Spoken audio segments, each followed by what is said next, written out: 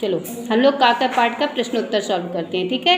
तृषा पीड़ित मीन्स प्यास से व्याकुल, वृक्षाद मीन्स वृक्ष से, पाषाणानां मीन्स पत्थरों के, दृष्टवान मीन्स दिखाई दिया, क्षिप्तवान मीन्स डाला, संतुष्ट मीन्स संतुष्ट होकर, संप्राप्त मीन्स प्राप्त करके, बुद्धिमान पूर्वक मीन्स बुद्धिमान पूर्वक यानी बुद्धिपूर्वक किया गया कार्य, नालभत मीन्स नहीं दिखाई दिया।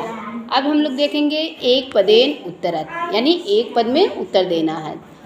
तृषा पीड़ितः का अस्ति, बोलो सब लोग बताएंगे। तृषा पीड़ितः का अस्ति, कौन है प्यास से व्याकुल? कौवा। फिर है सह दूरे दूरे किम नालभत, उसे दूर दूर तक क्या नहीं दिखाई दे रहा था? जलम। वृक्षाद वृक्षम कतः गतवान, एक वृक्ष से दूसरे वृक्ष पर कौन जा रहा था? काकः। घटे बहुदूरम किम दृष्टवान, घड़े में बहुत दूर तक क्या दिखाई दे रहा था? जलम। घटे। फिर कह रहे हैं काकः पाषाणानां खंडम, खंडान कुत्र आक्षिप्तवान, कौवा पत्थर के टुकड़े को कहाँ डाल रहा था? घड़े में। फिर अब हम लोग देखेंगे मंजूस्तः पदानि चित्वा वाक्यान पूरयति, यानी रिक्त स्थान की पूर्ति करेंगे। करें जलम बहुदूरे नालभत, जलम बहुदूरे किम नालभत, क्या नहीं दिखाई देता? बहुत दूर तक जल, यानी करें जलम दूरे दूरे नालभत, इसमें भरा जाएगा। एकम सहसा दृष्टवान, उसे एक अचानक क्या दिखाई दिया? घटम। फिर है घटम जले बहुदूरे, दृष्टवान भरा जाएगा इसमें, दृष्टम। सह काकः जल मध्य पाषाणानां, क्या डाला पत्थर के? अक्षिप्तम, अक्षिप्त यानी डाला। काकः पीत्वा संतुष्ट जाता है, कौवा पीकर क्या हो गया? संतुष्ट हो गया। किसको पीकर? जलम पीत्वा। फिर अगला क्वेश्चन है संस्कृत में अनुवाद करना है, ठीक है। हम लोग देखेंगे संस्कृत में अनुवाद। फिर है एक कौवा प्यास से व्याकुल था, इसका क्या होगा अनुवाद? हाँ क्या होगा? एकः काकः तृषा पीड़ितः, क्या होगा? एकः काकः तृषा पीड़ितः। दूसरा है वह जल के लिए वृक्ष से वृक्ष पर गया, सह जलाय वृक्षम वृक्षाद वृक्षम गतः, ठीक है। वह जल के लिए वृक्ष से वृक्ष पर, सह जलाय वृक्षाद वृक्षम गतः।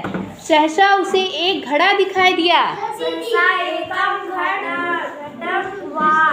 हाँ सहसा एकम घटम दृष्टवान, घड़े में पानी बहुत दूर था। घटे जलम दृष्टम बहु दूरे, उसने घड़े में पत्थर के टुकड़े डाले। 10 घटे पाषाणानां खंडम क्षिप्तवान, ठीक है। अब चित्र देखकर हम लोगों को वाक्य की रचना करना है। यहाँ मयूर का चित्र दिख रहा ना, एक मोर का चित्र है, तो इसको हम क्या कहेंगे? एक है मयूर है अस्ति। दूसरा है 2 कौवे का चित्र है, तो क्या करेंगे? इस पे लिखेंगे 2 काकौ अस्ति, संत अस्तः रहेगा, इसमें रहेगा 2 काकौ अस्ति, अस्तः संति रहता ना, 2 काको अस्तः रहेगा, अस्ति नहीं रहेगा, ये गलत है। अस्ति जो किए हो गलत है, अस्तः केवल रहेगा। फिर है 3 चिड़िया दिख रही है ना, तो लिखेंगे त्रयः तृष्णः, क्योंकि स्त्रीलिंग है ना, तिस्रः चटकानि सन्ति, क्या लिखेंगे? तृष्णः चटकानि सन्ति। आगे है 3 तोते दिख रहे हैं ना, तो लिखेंगे त्रयः सुकाः सन्ति, क्योंकि ये तोता क्या है? पुल्लिंग है, इसलिए त्रयः लिखेंगे, और चिड़िया स्त्रीलिंग थी इसलिए तिस्रः लिखें। फिर है 4 मुर्गा है, चत्वारः कुक्कुटाः, क्या लिखेंगे? चत्वारः कुक्कुटाः। फिर है 2 हमको क्या दिख रहे हैं? हंस दिख रहे हैं, तो लिखेंगे दो मरा लो। क्या लिखेंगे? दो मरा लो। आगे है उचित उत्तर के पद रेखांकित पद को करो। कह रहे तृष्णा पीड़ितः कः अस्ति। तिस्सा यानी प्यास से व्याकुल कौन था? कौवा था कि बानर था कि गज था? कौन था? काका है यानी कौवा था प्यास से व्याकुल। फिर है दूरे दूरे किम नाल भाती। दूर दूर तक हमें क्या नहीं दिखाई देता है? अन्नम दुग्धम जलम। क्या नहीं दिखाता है? दुग्ध जलम। ठीक है, दूर दूर तक क्या नहीं दिखाई दिया कौवे को? जल। तीसरा है काकः सहसा किम दृष्टवान। कौवे को अचानक क्या दिखाई दिया? सरावम घटम कटाहम। घटम उसको क्या अचानक दिखाई देता है? घटम यानी घड़ा दिखाई देता है। फिर है चौथा है काकः घटेम किम क्षिप्तवान। कौवा घड़े में क्या डाला? पाषाणा नाम अन्नम जलम। क्या डाला?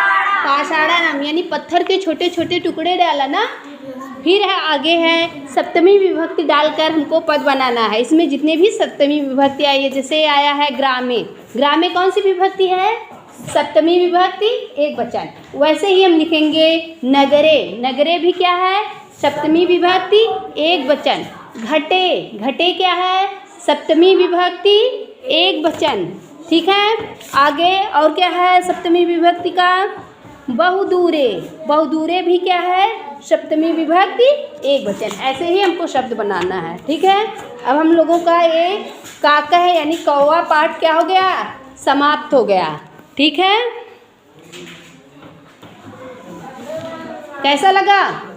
काका पाठ कैसा लगा सबको? अच्छा। बहुत अच्छे, क्लैपिंग करो।